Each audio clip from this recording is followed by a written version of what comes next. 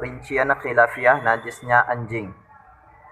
Sebelum lebih jauh menjawab, kita sepakati terlebih dahulu duduk masalahnya. Para ulama sepakat bahwa air liur anjing itu hukumnya najis. Namun mereka agak berbeda ketika menyebutkan apakah kalau air liurnya najis, lantas tubuhnya juga najis.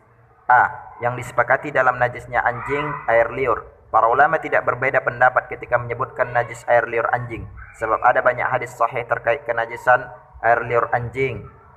Oleh sebab itu, bila sebatas air liurnya, umumnya para ulama menyepakati kenajisannya. An Abi Hurairah anna Rasulullah sallallahu alaihi wasallam qala idza shariba al-kalbu fi ina'i ahadikum falyaghsilhu sab'an, muttafaq alaih. Dari Abu Hurairah radhiyallahu anhu bersabda, Rasulullah sallallahu alaihi wasallam telah bersabda, ya, apabila anjing minum dari wadah air milikmu harus dicuci 7 kali. Hadis riwayat Bukhari dan Muslim. طهور إناء أحدكم إذا ولغ فيه الكلب أن يغسله 7 مرات أو لهن بالتراب. Bersabda Rasul, sucikan wadah minummu yang telah diminum anjing adalah dengan cara mencucinya 7 kali dan salah satunya dengan tanah. Hadis riwayat Muslim dan Ahmad. Innahu du'iya ila dari qaumin fa ujiba thumma du'iya ila dari ukhra falam yajib faqila lahu fi dhalika faqala inna fi dari fulanin kalban. قيل له وإن في دار فلان هرة فقال إن الهرة ليست بنجسة.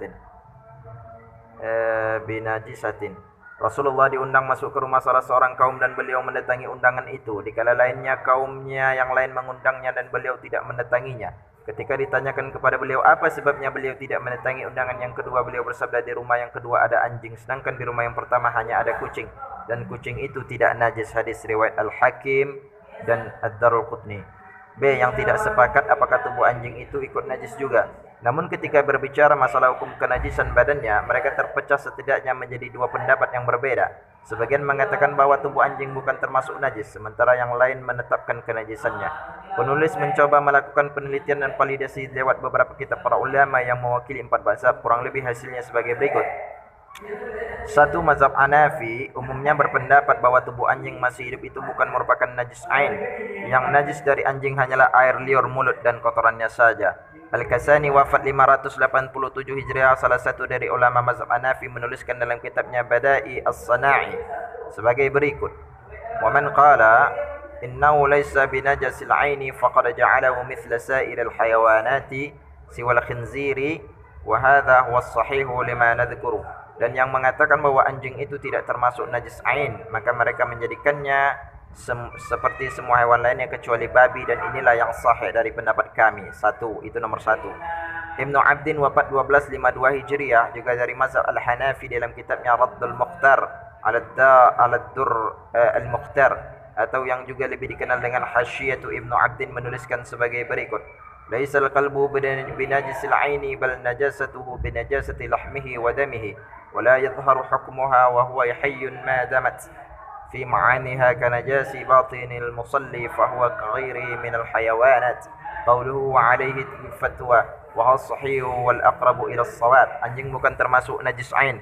Kenajisannya karena daging dan darahnya yang belum menjadi najis ketika masih hidup selama ada dalam tubuhnya.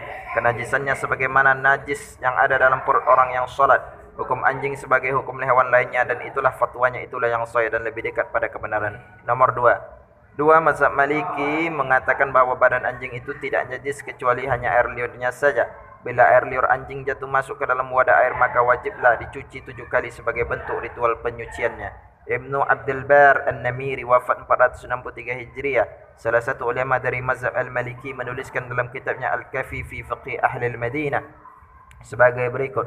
Wa madhhabun Malikun fil kalbi innahu tahirun, dan pendapat mazhab Malik tentang anjing adalah bahwa anjing itu suci. 4. Ibnu Juzai Al-Kalbi wafat 741 Hijriah, dalam kitab Al-Qawanin Al-Fiqhiyah juga menuliskan hal yang sejalan, bahwa semua hewan yang masih hidup termasuk anjing hukumnya suci. Nomor 5. Wa ammal hayawanu fa in kana hayyan fa huwa tahirun mutlaqan. Sedangkan semua hewan yang hidup maka hukumnya suci secara mutlak. 3. Mazhab Asy-Syafi'i berpendapat mengatakan bahwa bukan hanya air liurnya saja yang najis, tetapi seluruh tubuh anjing itu hukumnya najis berat. Al-Marwardi wafat 450 Hijriah, yang bisa jadi representasi dari mazhab Asy-Syafi'i, menuliskan dalam kitabnya Al-Hawi Al-Kabir fi Fiqh Imam Asy-Syafi'i sebagai berikut. Annal hayawana kullahu tahirun illa 5 wa hiya al-kalbu wal khinziru وما تولد من كلب وخنزير وما تولد من كلب وحيوان طاهر وما تولد من خنزير وحيوان طاهر.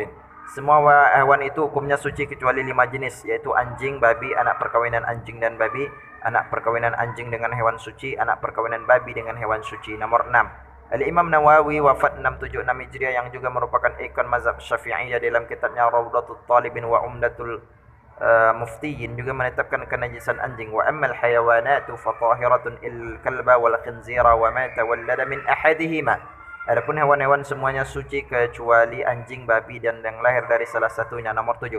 Bahkan hewan lain yang kawin dengan anjing pun ikut hukum yang sama pula, dan untuk mensucikannya harus dengan mencucinya 7 kali dan salah satunya dengan tanah. Logika yang digunakan oleh mazhab ini adalah tidak mungkin kita hanya mengatakan bahwa yang najis dari anjing hanya mulut dan air liurnya saja, sebab sumber air liur itu dari badannya. Maka badannya itu juga merupakan sumber najis, termasuk air yang keluar dari tubuh itu pun secara logika juga najis, baik air kencing, kotoran dan keringatnya.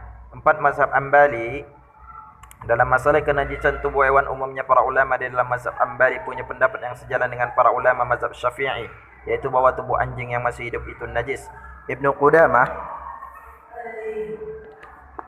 wafat 620 Hijriah dari kalangan mazhab Ambali di dalam salah satu kitabnya Al-Kafi fi Fiqhil Imam Ahmad menuliskan hewan pertama adalah hewan suci, kedua hewan najis, dan ketiga hewan yang para ulama berikhtilaf atas kenajisannya.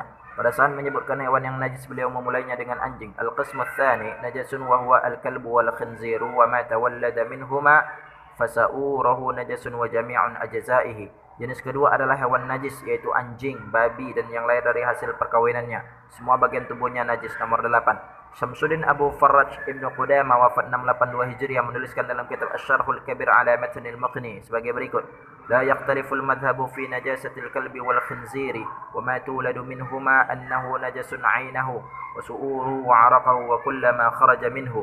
Dan tidak ada perbedaan pendapat dalam mazhab Hambali atas najisnya anjing dan babi serta hewan yang lahir dari keduanya, bahwa semuanya najis ain termasuk liur, keringat dan apa-apa yang keluar dari tubuhnya. Nomor 9.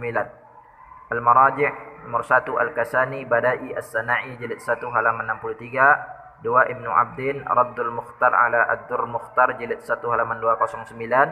Nomor 3 Ibnu Abdul Bar An-Namiri Al-Kafi fi Fiqhi Ahli Al-Madinah jilid 1 halaman 161. Nomor 5 Ibnu Juzai Al-Kalbi Kitab Al-Qawanin Al-Fiqhiyah jilid 1 halaman 27. Nomor 6 Al-Mawardi Al-Hawi Al-Kabir fi Fiqhil Imam Asy-Syafi'i jilid 1 halaman 56. Nomor 7 Al-Imam An-Nawawi Rawdatul Talibin wa Umdatul Muftiyin jilid 1 halaman 13. Nomor 8 Ibnu Qudamah Kitab Al-Kafi Fiqhil Imam Ahmad jilid 1 halaman 40. Nomor 9 Samsuddin Abul Faraj Ibnu Qudamah Kitab Syarhul Kabir ala Matnil Muqni jilid 1 halaman 284.